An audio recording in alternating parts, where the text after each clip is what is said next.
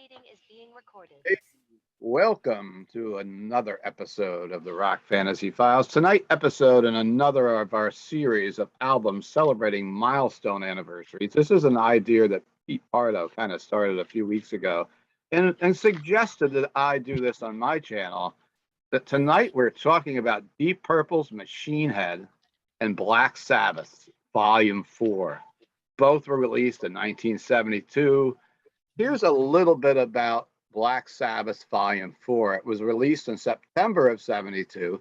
They achieved the gold status in less than a month, and it was the fourth consecutive to sell 1 million copies in the United States by Black Sabbath. It reached number 13 on the Billboard chart. The song Tomorrow's Dream was released as a single, but did not make the chart. And it was the first album that we produced ourselves, stated, observed Ozzy Osbourne. Previously, they had Roger Bain as a producer, and although he's very good, he didn't really feel what the band was doing. In a matter of communication, this time we did it with Patrick, our manager.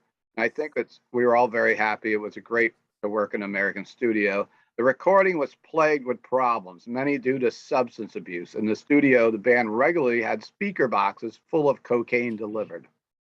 Iommi claims in his autobiography that Ward almost died after a prank gone wrong during a recording at the Bel Air mansion the band was renting that belonged to John DuPont, of course, DuPont Paints, and the band found several spray cans of gold DuPont paint in a room at the house. So finding Ward naked and unconscious after drinking heavily, they proceeded to cover the drummer in gold paint from head to toe.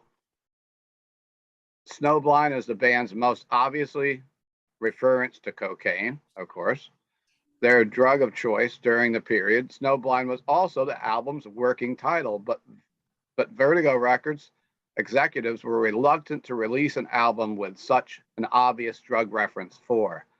So the liner notes thank the great Coca-Cola, and in the autobiography, Osbourne's notes, Snowblind was one of Black Sabbath's best ever albums, although the record company wouldn't let us keep the title because in those days cocaine was a big deal and they didn't want the hassle of the controversy. And we didn't argue. And here's a little bit about Deep Purple Machine Head before we start going around. It was recorded in December 1971 at the Grand Hotel with the Rolling Stones Mobile, the studio in Montreux, Switzerland, and released on March 25th in 72. And let me get my other note here. And as previously, recording sessions had been slotted into the group's gigging schedule. Deep Purple wanted to dedicate the record to an album away from the typical studio environment, hoping it would result in a sound closer to their live shows. They hired the Rolling Stones mobile studio for recording and block booked the Montreux Casino as a venue, but during a Frank Zappa concert immediately before the sessions, the casino burned to the ground.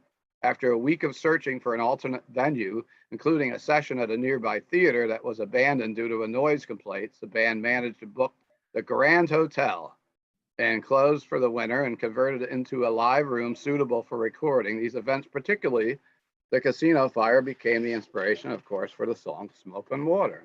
Smoke on the Water. So Machine Head reached the #1 on the UK album charts within 7 days of its release, remaining there for 2 weeks before returning in May 72 for a further week.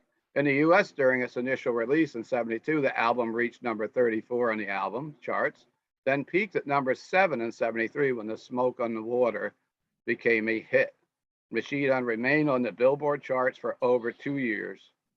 The first single was released from the album, Never Before, reached number 35 in the UK and did not chart in the US, prompted by heavy radio play of Smoke on the Water as an album cut. Warner Brothers eventually released it as a single in May 73. The song became a hit in North America, reaching number 2 on the RPM chart and number 4 on the US Billboard Hot 100. So there's a little bit about both records, and we're going to kick this thing off tonight. We're going to have all these guests go on, tell them their 3 favorite songs from each record, give each album a rating, and pick which one that they want to win this battle. I'm going to kick off with a couple people that have to go do some other things. We've got John Gaffney here from the Lair of the Alchemist. We've got Rand Kelly. We've got Steve Levin. We've got Rick Labonte. We got Tony Dio. We got Count Ralphus. We got Crazy Levy from New York City. We got Peter Pardo. We got Joey Spaghetti Lee. And we've got Christian Mariano from, I didn't say it right, from the Sound Archive YouTube channel. We're going to kick things off tonight with two people that have things to do after. So we're going to let the ball roll to John Gaffney, and then we're going to go to Ralph Tambora, and we will go around the carousel of hard rock and metal tonight. Welcome, everyone.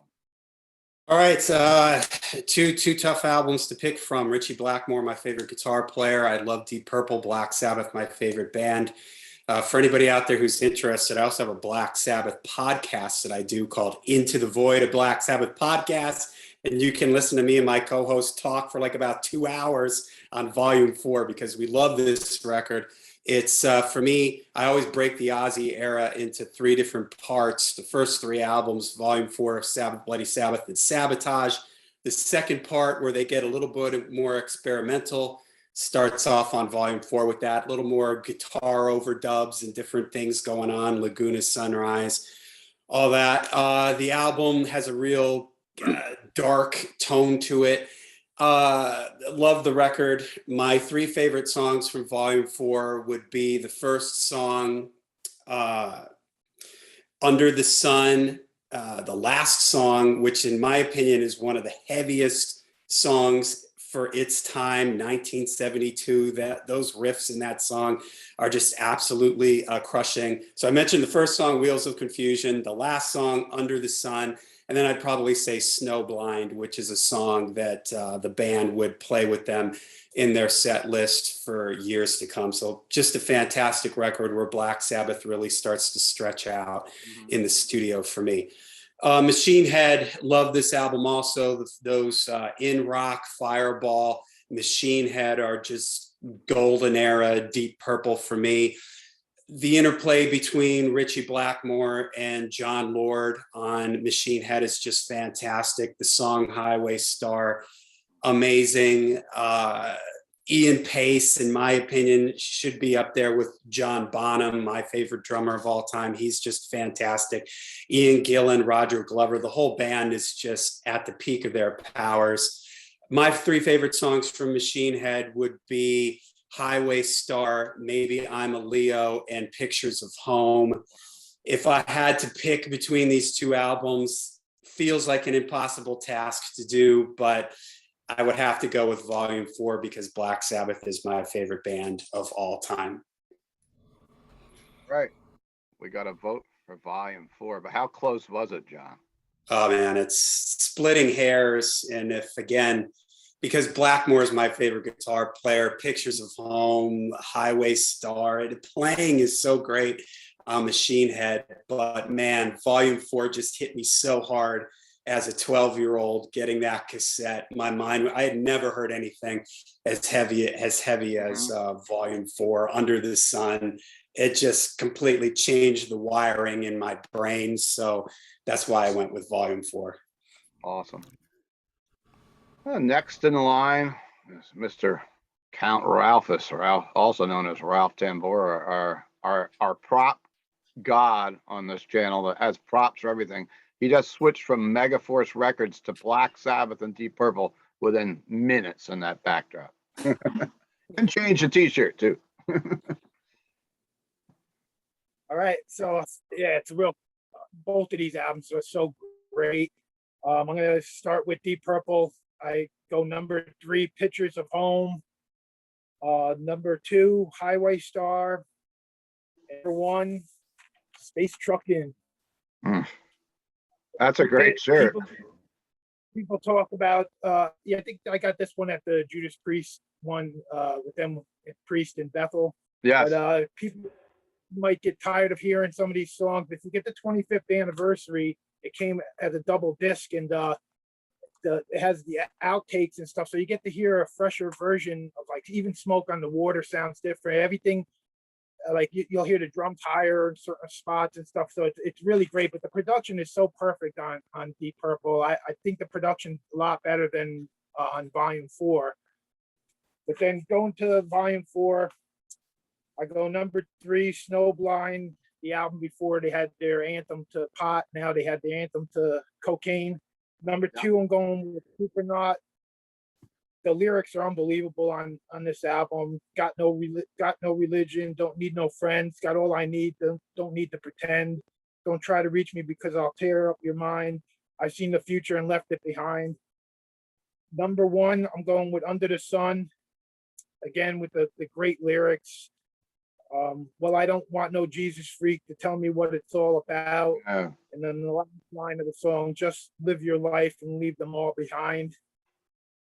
I have to give it to Sabbath though for the darkness and the heaviness, but Deep Purple has a better production, and like John was saying, like how everybody in Deep Purple in that lineup were just so amazing. The interplay, like he said, with Blackmore and John Lord. John Lord's the best keyboard player of all time to me, and Richie Blackmore's solos just flow so perfectly on this album.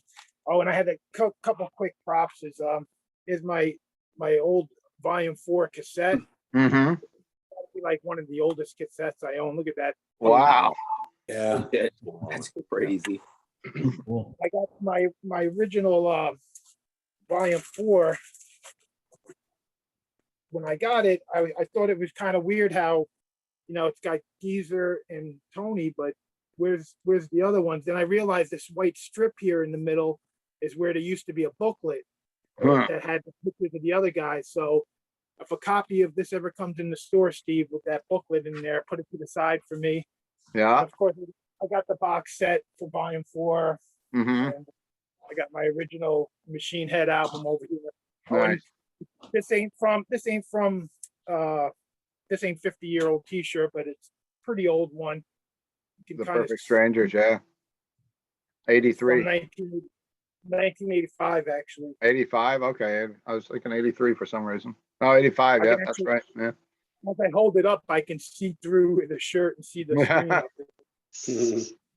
But yeah, that's I have to, I give Machine Head a 9.5, one of my favorite Deep Purple albums, but I give Sabbath a 10, even though the production's a little lacking compared to the previous album and then Sabotage, which comes after.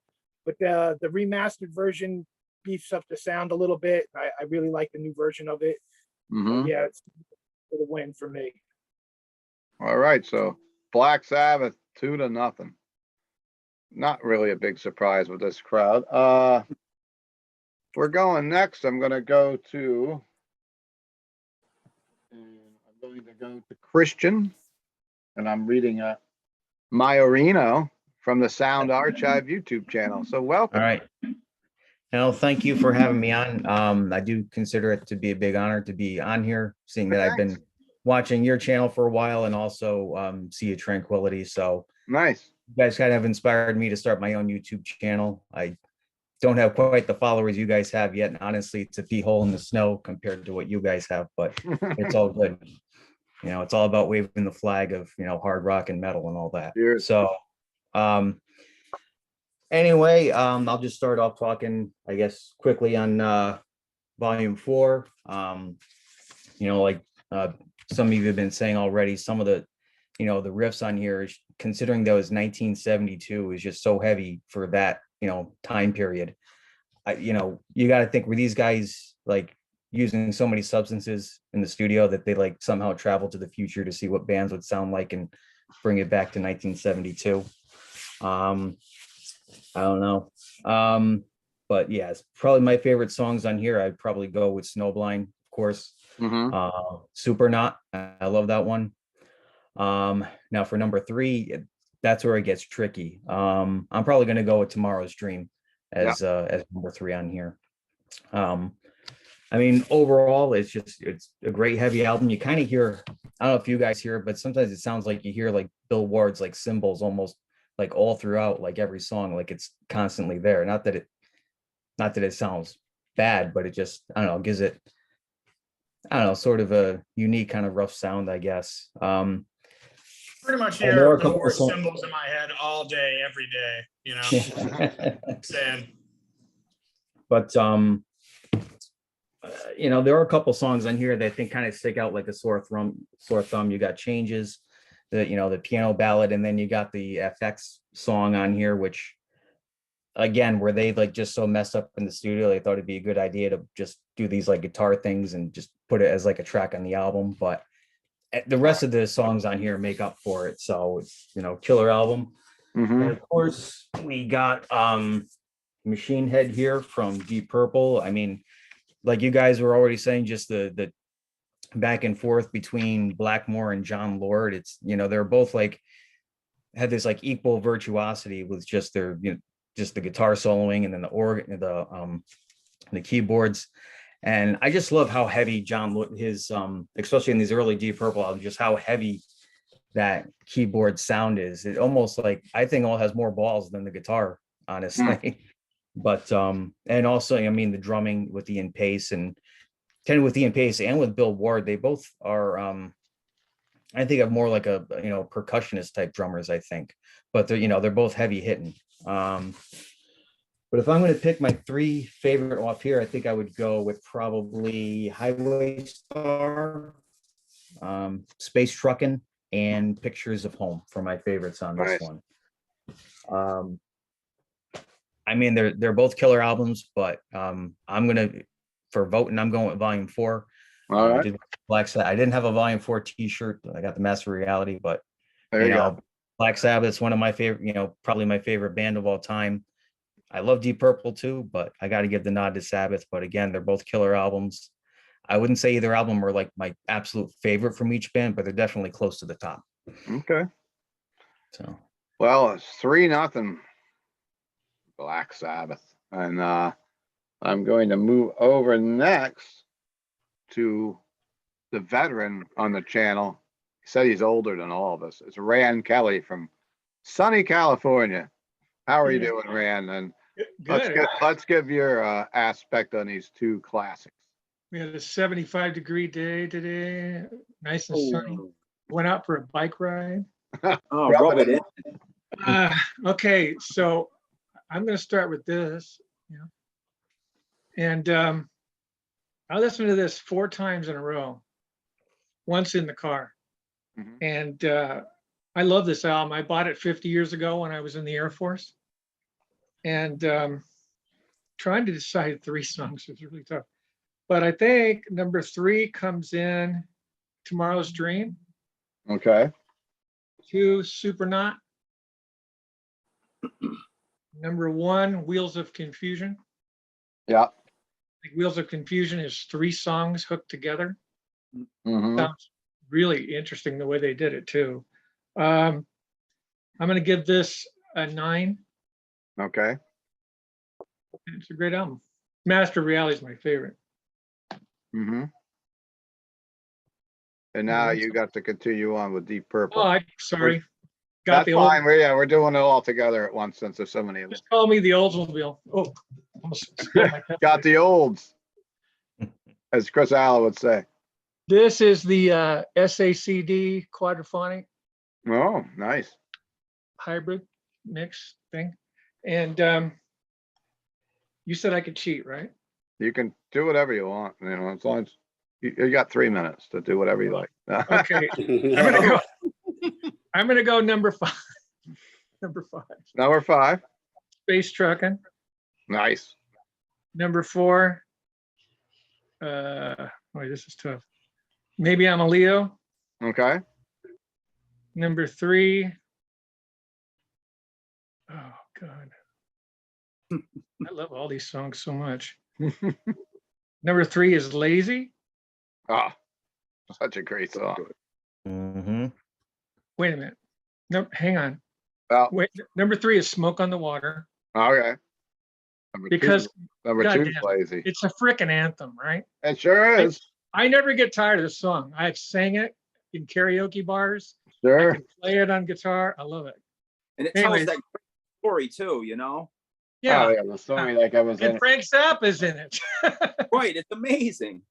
By the way, I wanted to say about Supernaut, that was supposedly Frank Zappa's favorite song, according to the booklet I Oh, got. Yeah. Anyways, where was I? I left off. Okay, I'm going to jump this shark here. Highway Star #2, which is crazy because I freaking love that song. Mhm. And I think it's the best freeway cruising song ever written. Pretty good, yeah. But Great I car. just absolutely love Pictures of Home. To me, Okay. that's my favorite Deep Purple Good, album. Song. It's the first Deep Purple album I ever bought Mhm. in 1972, and it's a 10. And did you see them back in those days? I've never Rand? seen. You I've didn't? never Okay. seen Deep Purple. 'Cause you That's had the some great that stories. Rush is my kick-ass. I missed concert. Okay. Kick Okay. myself in the butt. And what album are you picking of the two? What's your winner? Machine Head. Machine Head. Okay. Hey, we got That is- one for Deep Purple. It's a 10. To me, it's a perfect album. There's Yeah, nothing yeah, wrong I with it. agree. Put away the broom. I thought maybe we'd have a sweep. That was only when Venom won against Motorhead a couple weeks ago on Peach Channel. That was a sweep. Right. Venom I was Black born to be Sabbath different. Took out Iron Fist by Motorhead in a sweep. All right, so we're gonna move over. We're going to Canada with Rick Labonte, our lone Canadian on the panel tonight. And welcome. And we just got your CD at Rock Fantasy today. And I think Pete reviewed it today on his channel. I did. There it is, right you're, there. You're our rock star of the day. Oh, right on. Well, fantastic. I appreciate the support. This was a tug of war, guys. I mean, between the two albums, because Volume 4 is one of my favorite Black Sabbath albums. Sometimes it is my favorite Sabbath album, only because I know I've wore out the first three, and sonically they improve in this era, but it's still raw enough before they get too glossy with the next one, which I love because I love prog music. So Sabbath, Bloody Sabbath, and Sabotage are way up there, near and dear. So these three are up in the universe all the time. But this one sounds like Volume 4 sounds like it's done live still. You know what I mean? It's like crank it the way they're gonna hear it on stage. It's how they're gonna do it in the studio. Even though they're being progressive and they always have that, right from the first album, second, third, they always have a little bit of creativity where they join two songs together or make the song expand. And it takes a lot of creativity to do that. Well, some nose powder or whatever they took to get there. But nevertheless, it's a powerful record. And this was hard to even pick down three. You know, I'm going to lose sleep tonight. I'll be tossing and turning and say, did I do the right one? But wait, today, at this moment, at this given hour, I'm going to go with the 10th track, Under the Sun, Every Day Comes and Goes, the two track together as number 3. Number 2, we Snowblind. And then my favorite is the way they open the record, Wheel of Confusion and the Straightener. And again, it's live. You know, what we love about the first 3 albums is in here, but we know the best stuff is about to come to in terms of production. And it goes with, you know, how much time you spend on a record and how much money you can make to go that way.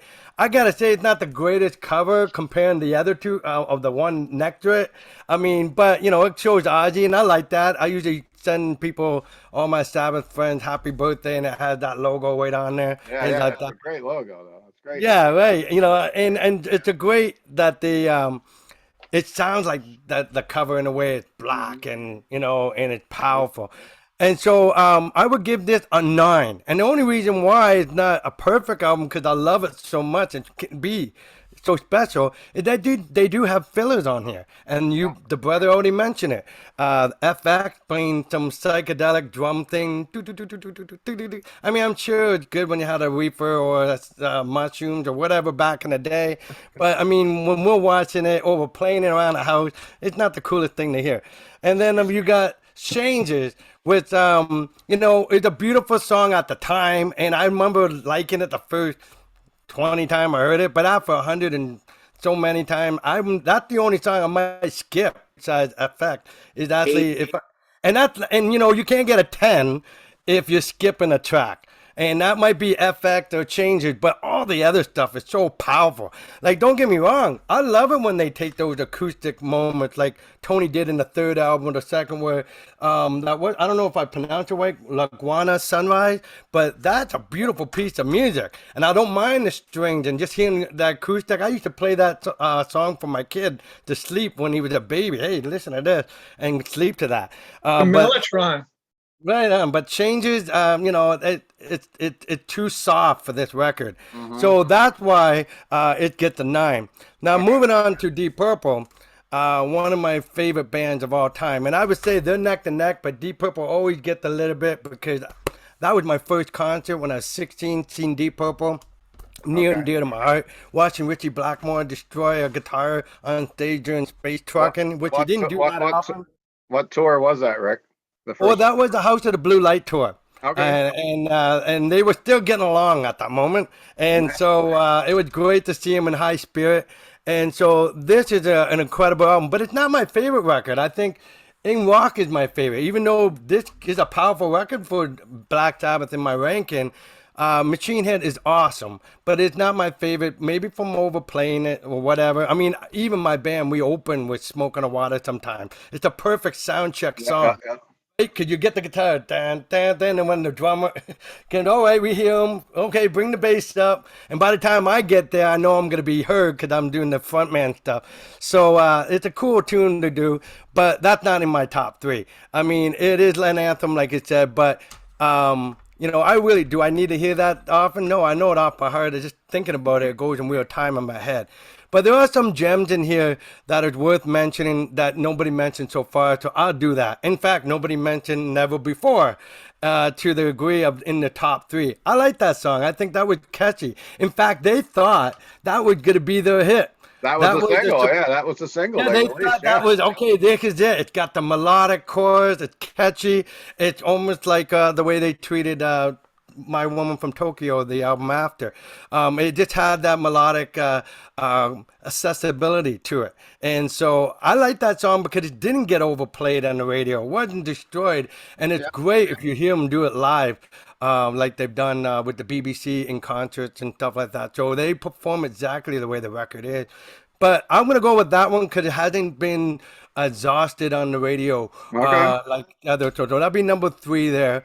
Number 2, this one goes neck and neck with number 1 because when I want to go cruising, Highway Star is amazing. I mean, that's real heavy metal. I mean, that is the power. I can't help have to be careful when I'm driving because I will accelerate a little too fast, and then it's just even anything. In fact, it would be something I throw in a mix if I want to work out and feel like, all right, let's go. You know what I mean? It just had that energy charge, and like everybody said, the play of all the guys are great at their instruments and what they have to do, and they truly deliver. But that was one of the things I love is about the powerful the vocal of Ian Gillan. And Ian Gillan just scream a storm, and he put it such a high standard for everybody to expect him to do that. And imagine how you always have to open the show like that. So you couldn't do that cold. You got to warm up a little bit to do that kind of tune. So my number 1 is going to be the one that showed off the whole band. I mean, if you had to sum up the word Deep Purple in a song, Lazy does it because you open it's awesome. John Lord, because he's a dominant instrument in that whole band. I mean, that's very important. I mean, in Sabbath, it is the whole band, but Tony holds that, thunder and guitar.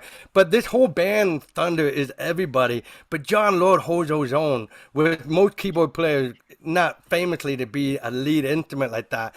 And so just having an open riff, and then the band jumped into that blues, but hard rock blues. And I like it because I play that song in my blues band, the blues side, and we would and it's great to know when you're playing it that you're in a key of G, and then when Ian does the harmonica, which I would do, you have to do it in a key of C to play to the G, and then he does that little solo, and they modulate it into the key of A, and that's when Richie would take off, and it's just fantastic. And the song is loaded with so much intensity for a blues tune. They rock like it was a heavy metal song. I mean, and there was nobody lazy in that song, really. Yeah, it's a workout. Where they get that title and the lyric, man, that was not a lazy performance. And so I end it with that. Now, again, Sabbath, one of my favorite albums is Volume 4. Machine Head isn't my favorite. Maybe Deep Purple and Rock. And but there's no filler here. It's all killer. Yeah. And I will give it a 10. They don't have changes. They don't have effect. They have everything but great. Maybe got exhausted on the radio because it's so great and it's so iconic. And that's not a fault. That's a good problem to have. Unfortunately, that's the only tune people know them around the world is Smoke on the Water or Hush or something like that. But there's a lot of great gems in here. And I like even the title, Machine Head. That's a cool name. There's definitely guitar workmanship here. And the album cover pretty trippy, for that time. Yeah. So anyway, that's my vote. Another for Purple. We got 2 for Deep Purple, man. And, Good man. We're Three gonna have, change. what's that? Oh, I was going to tell Rick it's got 3 key changes. It starts in F. Okay, cool. The keyboard part, yeah. When the band's in, it's doing G. So we're gonna move over to Mr. Peter Pardo, the guy that started this whole mess with me, and I guess now Christian up in the corner too. And God bless Pete, because I don't know how he does it and how to get people to do shows, and you got like 7 people set up and an hour before 4 cancel, and on other nights you show up with a party like this. So it's good some nights and tough others. So welcome, Pete. One of the biggest Deep Purple fans I know. So who knows where this one's going. That's right. Well, thanks, Steve. And yes, this is not easy arranging these type of things on a regular basis. I do it almost every day of the week. You sure do. So this is a tough one. As anybody who knows me knows that these are my 2 favorite bands of all time. Love them both to death. And interestingly enough about both of these albums. So Volume 4, it's my favorite Black Sabbath album of all time. Wow. But when you talk to most people, it's generally not the one they pick. A lot of people pick Paranoid, the first album, or Master of Reality, or maybe Sabotage, or Sabbath Bloody Sabbath, or Heaven and Hell, or Mob Rules, right? Most people really like this album, but I run into very few people who are like, that's my absolute favorite album of all time. This one is most people's favorite Deep Purple album of all time. I love it, but it's generally not my favorite Purple album. Okay. That's usually in rock, but this is right up there, right? So this is, for me, Machine Head, Fireball, and in rock, that's like the cream of the crop for Mark II. You got Burn and Stormbringer and, Perfect Strangers. And I love the Tommy Bolin album as well, Come Taste the Band. So for me, it's, and what's interesting is that I'll agree with both Rick and Rand in that this is pretty much a perfect album. There's not a bad song on here. Every song really strong. You got a couple of their landmark hits. My favorite 3 songs are probably Pictures of Home. Highway Star's probably my number 1. My number 2 could either be maybe I'm a Leo or Space Truckin'. I don't know. The whole album is really good. Perfect album. Whereas this, I never need to hear changes again, ever, ever. FX is throwaway. Yeah. But man, the rest of the album is fucking killer. Yeah.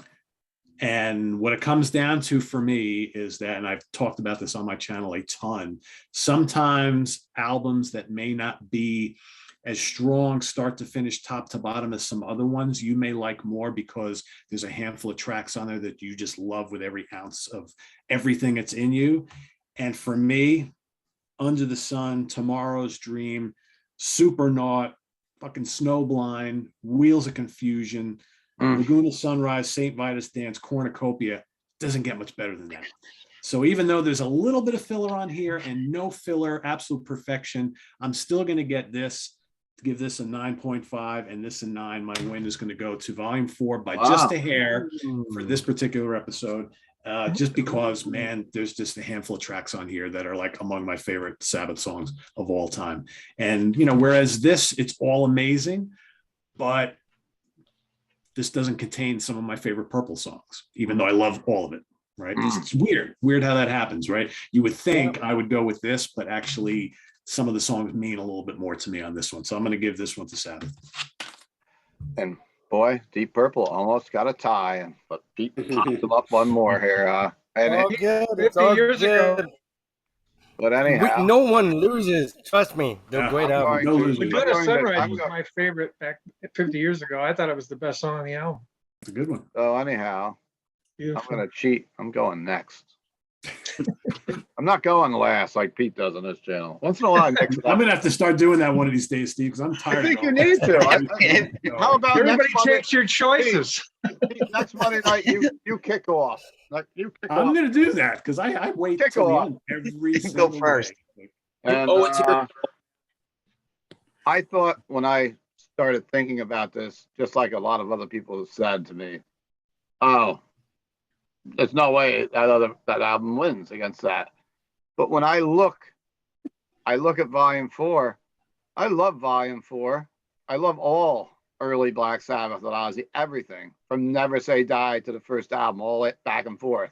But this is not my favorite Black Sabbath album, even though it did kind of start the whole stoner, doom movement. This album really had a lot to do with that, more than some of the other ones, I think. But it doesn't have Space Truckin' 'Em.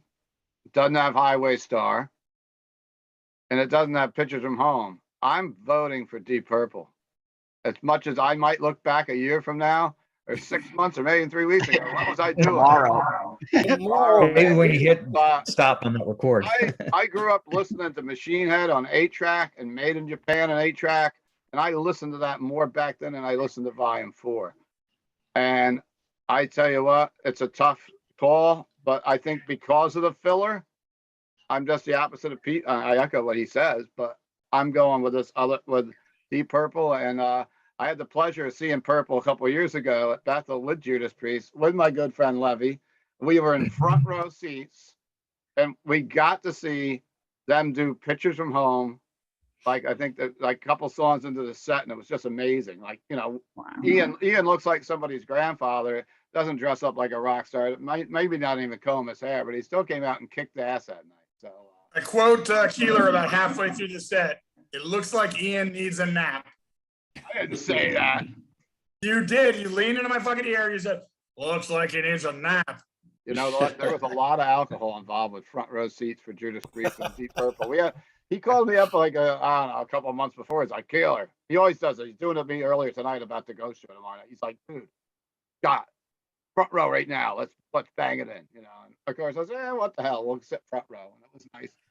I've only been front row at Bethel Woods a couple times. Most of the You time. guys need a T-shirt that says "I was drunk. Don't hold me accountable for anything I said that night." Anyhow, well, Ian's an older guy, and he doesn't really have a rock star groomer come out before he goes on stage, but he gets it done. So I think my favorite songs from the Sabbath album would be Supernaut and Snowblind and Wheels of Confusion. Like I said, it's a great album. And I mean, I would give them both 10s.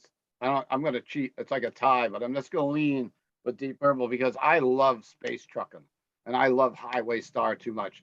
And those two songs always put me in a great mood. And if you don't listen to WPDH or your local radios, rock radio, wherever you guys live, that play the same 4 Deep Purple songs, and you haven't listened to it in years, like me, I don't really listen to radio. And those songs are just all timeless on that album. And both, but it's got a lot of star power. And back then, Deep Purple were huge. They've had their own jet airplane and everything. A lot of people don't realize they don't, they're still around, but I don't think they get the fame of sometimes that other people like Black Sabbath and some of the other bands do right now in 2022. But in 72, Deep Purple were pretty much ruling the world, picking out their own festivals to play and flying their jet. Hey, let's play here today. And, good stuff. But I'm leaning with Deep Purple, so I'm going to give Deep Purple a vote tonight. And so that's 4-3 now. Black Sabbath, Deep Purple, and we're going to throw it over to Joey Spaghetti Lee. Hey, I think in 1972, Deep Purple was the biggest draw in concerts that year. I think they sold the most concert tickets in 1972. They're Man, the they were at the loudest height of their band in the power world. and the loudest at the time too. This is tough. They did have the Guinness record for loudest band back then, I think, right? For a while, Yeah, they used to did. fight with the Who, right? Back and forth, them and the Who. Mm-hmm. That's correct. No. Yeah. Way before Manowar showed up. This was Yes. this was tough, guys. I mean, I agree with Rick and Rand and Pete that this album is absolutely flawless and perfect all the way through. I also agree that this album takes a dip with Changes and FX. I don't want to hear Changes ever again anymore. And I think FX was those guys just doing a little too much nose candy and screwing around at the board and having some fun. That doesn't mean this is a bad record at all. This album kicks ass. It has arguably my favorite Sabbath tune. That could change from day to day, but man, Supernaut is just sick. I mean, it's sick. Have you guys heard it? It's crazy. Yes. From the Very Ricky Ticky open to that lick, and then that down tune power. Whoom, boom, boom, boom. I mean, that's metal, dude, right there. It's awesome. Machine Head. My parents, I was fortunate to grow up in a household full of music. My parents did not necessarily go into hard rock. However, this Vanilla Fudge maybe was some of the heavy Iron Butterfly.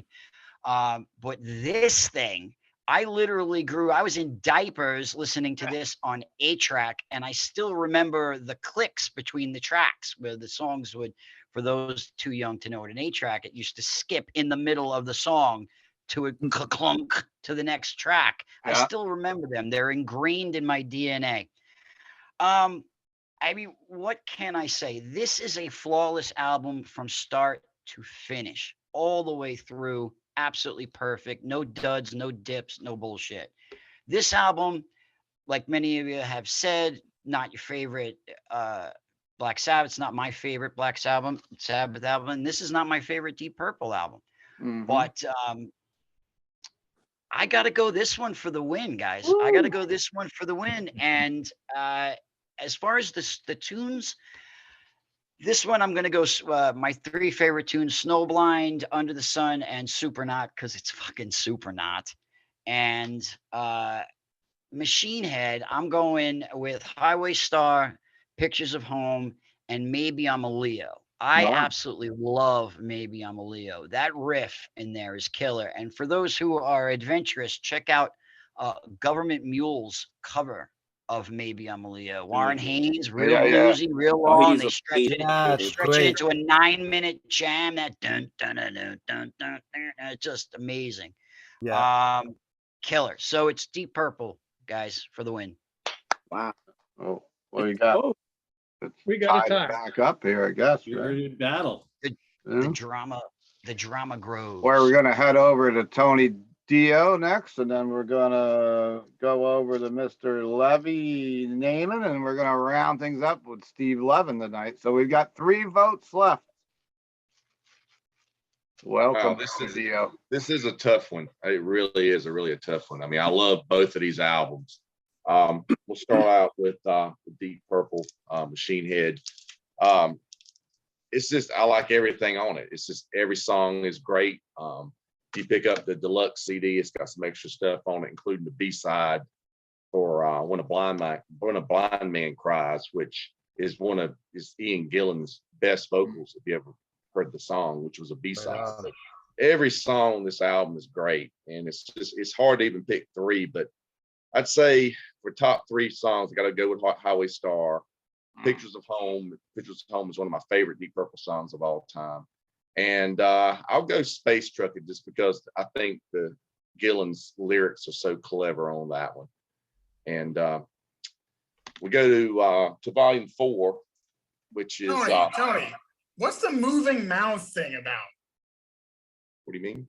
She's got everything, moving mouth and everything. What is it? Oh, and Highway Star? Yeah. I thought he said moving. What's he talking about? She got everything. Well, I think he says that like she's got a moving mouth and everything. Like he's talking about a car, so I'm not really sure. You know, I don't know if you guys ever saw the old Beat Club clip, but he changed the lyrics completely on there, and he's thinking about Steve McQueen and. Well, maybe those lyrics made more sense. Yeah. All right, sorry, just wanted to know. Go to Volume 4. Love Volume 4, and but it's like you guys were saying. I mean, you've got these couple of dud tracks that are on it with which I don't think changes the dud track. It's a good song, but it's just I like you guys said, I really don't need to hear it again. And FX is just kind of whatever that was at the time. But my favorite songs on it would probably be Wheels of Confusion, which, like Rand said, is very proggy for them. It starts out with that just really somber riff, and it picks up into something bright, and it's got the extra stuff in it. It was kind of like 3 songs in one. And I love Tomorrow's Dream. Ever since I got Live at Last, the unofficial live album, it opens with that song. Great opening track, great riff. And we'll go with Snowblind, of course, for the third favorite song on that album. And I recently was listening to the deluxe edition of Volume 4 and hearing the alternate mixes, or some that have different lyrics and stuff. It's really cool. It's really cool. I need to pick that up. It's actually on YouTube. I was listening to it at work, and I was like, I got to pick this up. This is really, really cool. I did want to get one prop I was going to show here. I've got Machine Head. Steve, is this yours? There it is. The one Steve listened to in his car riding around. Yeah, I did listen to that in my car riding around. Yeah, there it is. You stole it. I actually have Volume 4 on 8-track. I sent some 8-tracks to be repaired. Wow. That was one that got broken, and the cover art is reversed, so it's a yellow background with a black Ozzy on it. So that's kind of cool. Oh. But That's weird. So, like I said, we're going back to what we're talking about here, trying to pick between these 2 albums. Both of these albums are number 4 on my list for each band. It's Machine Head is my 4th favorite Deep Purple album after Burn, Perfect Strangers, and In Rock. Volume 4 would probably be my favorite all-time Sabbath, number 4 on that list after Mob Rules, Heaven and Hell, and Sabotage. Okay. So they're neck and neck on the totem poles there with each other. Which one? I've got to go Deep Purple on this, just because it's a perfect album, and I like every song on it. And there's 2 tracks that I'm not that big into on the Volume 4. Like I said, this was really tough, but if I got to make that decision, that's how I'm going to call it. This for the number of tracks that I like on each album. So I'll go. We started out with Black Sabbath and A Runaway, and here we go with Deep Purple. Tough, man. It's a tough call. It really is. Just taking the lead, Levy. You guys make a good case, Hey, I feel like Dio's with Ozzy here. Well, Dio's not going to pick Ozzy, of course, because he's Dio. That's what I said. I said Dio with Ozzy. And I've got an answer for Levi. Are you sitting on Tony's couch? No, Ronnie Dio's couch is behind me. Every time Levy comes on, I talk about the couch. So that's why I got it. That's Dio's couch he got in an auction. That is so funny. Holy shit. That is cool. Is it a full-size couch or a love seat? It's kind of an armless couch. It's in like luxury vinyl. It was supposedly in his studio. But think of all the famous asses that have sat on that thing. How many great songs were composed on that couch? It boggles the mind. Sometimes I sit where he sat. I strum a little bit. It's a transcendental experience.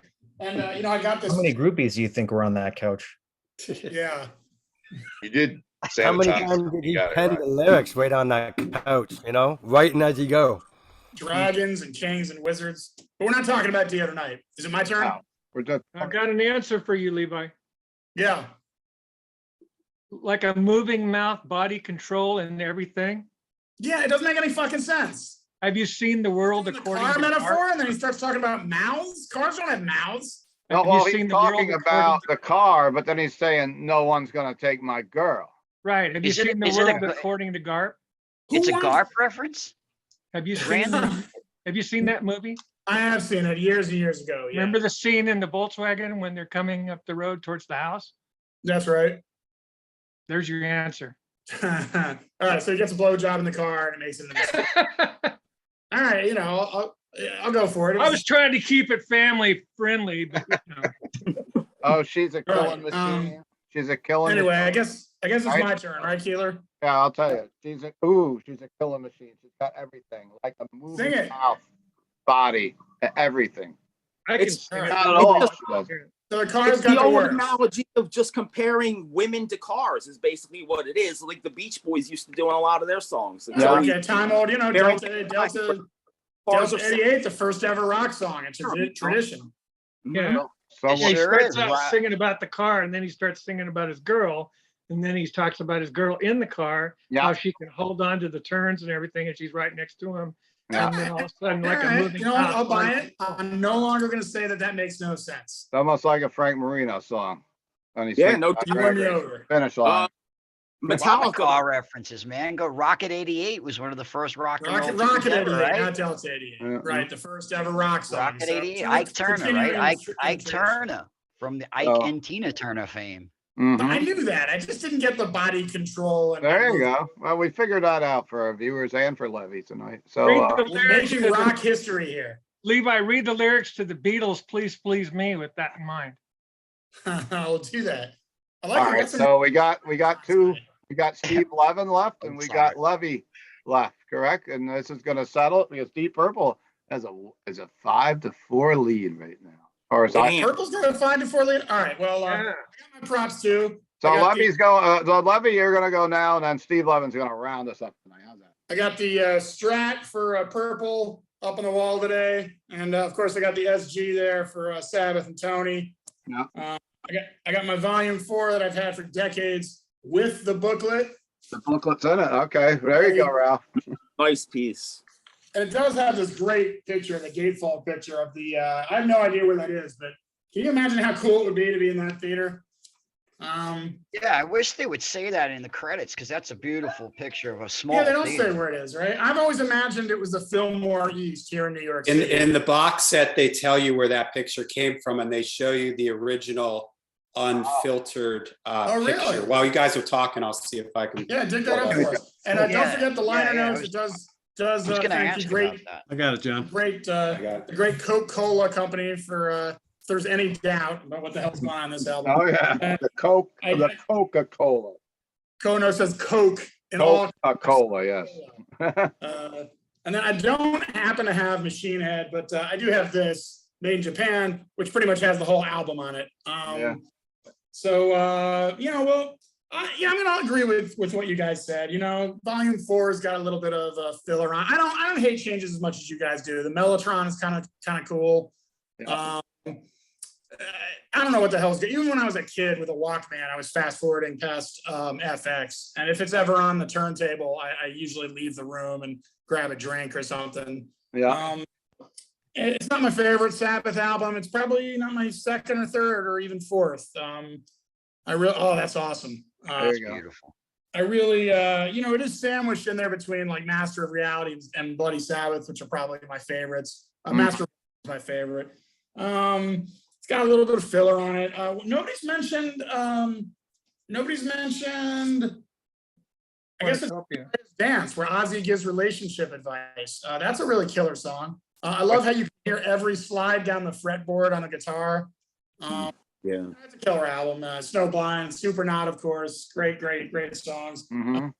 For Purple, I'm going to just go with the three big ones. Highway Star, Space Truck, and of course, the Strat-laden Smoke on the Water. I mean, I know we're all sick of it, but you know what? I can't change the channel when it's on. So,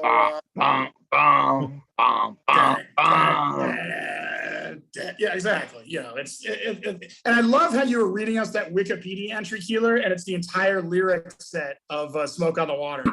Oh, it is. There was the Rolling Stones truck thing, and then there was a fire, and then they ended up at the Grand Hotel, and I'm like, I know that song. So that's kind of cool. Yeah. Well, there's even more. noticed that There's too. even more to that story, which I didn't want to read because it took hours. But Zappa lost all their equipment. Right, Zappa, right. yeah. And Funky Yeah, Claude, I think- Funky Claude was saving people from the basement.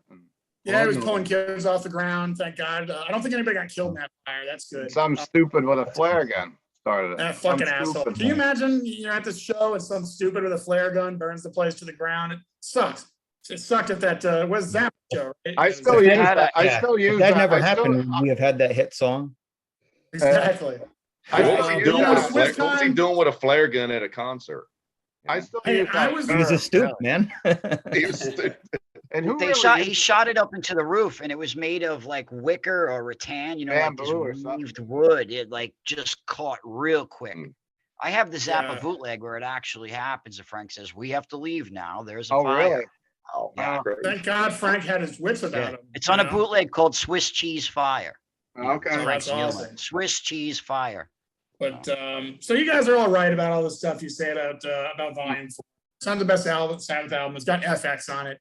The production is not so hot. I just listened to it. Usually these old records sound fucking amazing, and it doesn't sound that great. You know, there's not some punch. But that being said, you know, no record with Snowblind on it is going to lose to a Deep Purple album. So Oh, that's what he told me on the phone last night. I'm giving it to Volume fucking 4. I like He it. All has right. spoken. All right. I could listen to Snowblind, Sweet Leaf, like an Into the Void on a nonstop loop for probably the rest of my life, and I think I wouldn't get sick of it. Everybody around me might, but I think I'd be okay. So I'm going to give the Deep Purple album Machine Head. Great name, by the way. It's one of the best names of a rock album ever. I didn't even play guitar for years before I even knew that was a part of a guitar. So I'm going to give that an 8. It is pretty much a perfect album, but like I said, it doesn't have Snowblind on it. I'm going to give this an 8.5 Nice. by standards, but we're giving it to Volume 4. This All gives this gives new meaning to when the levee breaks the tie. Ooh. Well, let's see what Steve Levin has for us. We got Levy and we got Levin, so we got. Will the Levin break? Will the Levin reinstitute the real? Levin's Die Hard Metal. So He's how going fun Sabbath. is it that I actually really enjoy going last for the first time ever? Because usually everybody takes all my points, and I'm like, oh, I mean, it's cool because we all we're very like-minded in a lot of ways, but in other ways, it's like crap. I wanted to say that, you know. So, We need a. but we need a- yeah, and we funny need a- because in high school, people used to sing to me when the Levin breaks. So isn't that great, man? When the So Levin breaks. this is very fitting. So let me just say that to me, this is my favorite Deep Purple album. I think that Gillan is really at his best or approaching his best. He's just unbelievable. The drumming is nuts. It's crazy because it's the first time I listened to it in a while. I used to listen to this on 8-track all the time. A good friend of mine used to come by. He had a big 8-track collection. He had a lot of the Deep Purple. He would leave the 8 tracks at my house because I had this old Sears like console thing that had like a turntable and speakers and had an 8-track player. So, you know, I will listen to them, you know, complete with the clicks and everything. And, you know, I listened to this album a lot and I actually forgot how much I liked it. So let me say my favorite albums would be, my favorite songs would be Highway Star, Pictures of Home, which is amazing. And oh my God, Space Trucking. Come on. Once you get that in your head, come on. You can't get out of your head. It's going to be in my head all night. It's infectious. That is my favorite Deep Purple album. I love it. It's very heavy. But I mean, come on, guys. It's going against Black Sabbath. And it beats. You know, I mean, I don't have to say anything about the changes. I already said I hate it. FX is basically anybody who plays guitar knows that's Tony Iommi totally screwed up on LSD playing with his analog delay. He probably thought it sounded great at the time. It's terrible. It's like basically turning up your dial and hitting one note on your guitar over and over. Yeah, he was probably like, wait till David Gilmour hears this. Right, yeah. Yeah, he's trying to do echoes. Sasha full of secrets, part 2. Right, it's almost as epic as like the Hotel California lead. You know what I mean? It's like, it's terrible. But on this album, you have Supernaut, which is amazing. You have Snowblind, which is really cool. And I'm glad that Ralph is still around because me and Ralph used to know a guy that actually went snowblind. And you would think this would terrify him and you want to go to the hospital, but he loved it. And he would have been happy being snowblind for the rest of his life. So wow. I won't name, but rest in peace, my friend. Bonus song with theirs, Laguna Sunrise. I actually love it. I mean, it's really mellow. It's laid back.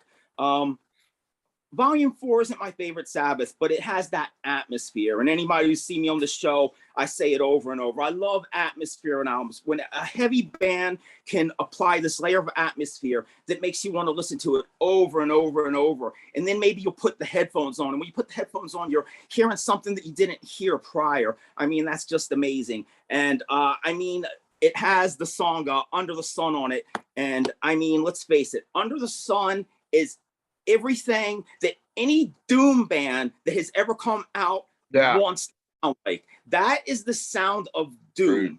So Oh, yeah. I mean, that's the way I feel. I'm gonna give Deep Purple a solid 90. Great album, really good. I have to rate albums like this. This way I have a little bit more leeway. And I'm sorry to say, Deep Purple fans, I'm gonna go with Volume 4 gets a 94 despite the 2 weak songs. Sabbath's gonna get the knockout blow. Ooh. Unless our viewers all When the Levin breaks the tie. when the Wow. weapon breaks. Good. And Steve said win. yesterday when I talked to him that this was a lot closer than I thought it would be. And I forgot how much I really love Deep John's Purple. happy.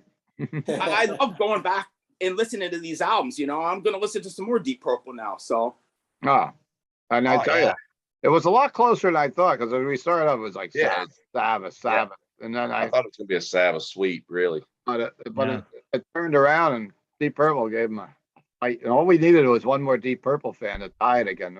Someone else would have showed up, but they didn't. So Well, you know What, what? what do you Go- think? go- What do you think Just Chris go- would have voted?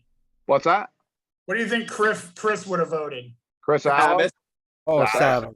Sabbath. Sabbath. If In he a was heartbeat. doing it. Oh yeah, I for thought- sure. I'm gonna pick Sabbath And too, even, but and even part of it. it's just Dio, Deep Purple not picked it's Sabbath. not Tony Ozzy, it's Tony Dio. So you know, Yeah.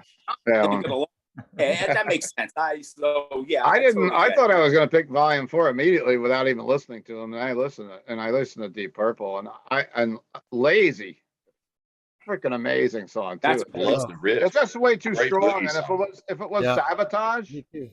I might go with Sabotage. But I feel like nobody's going to rate. I mean, not nobody, but not too many people are going to put Volume 4 as their first or second Sabbath album. But a lot of people would probably put. Pardo Machine did. Head as I their would. first or I second. would. I would. I don't have a problem with that. Rand, Yeah. you're raising your hand, Rand. What's up? I am That's what reading it. everybody's protesting in Canada about, right? It's about Sabbath over Purple, I think. I just Well, we let's could put it only, this we way.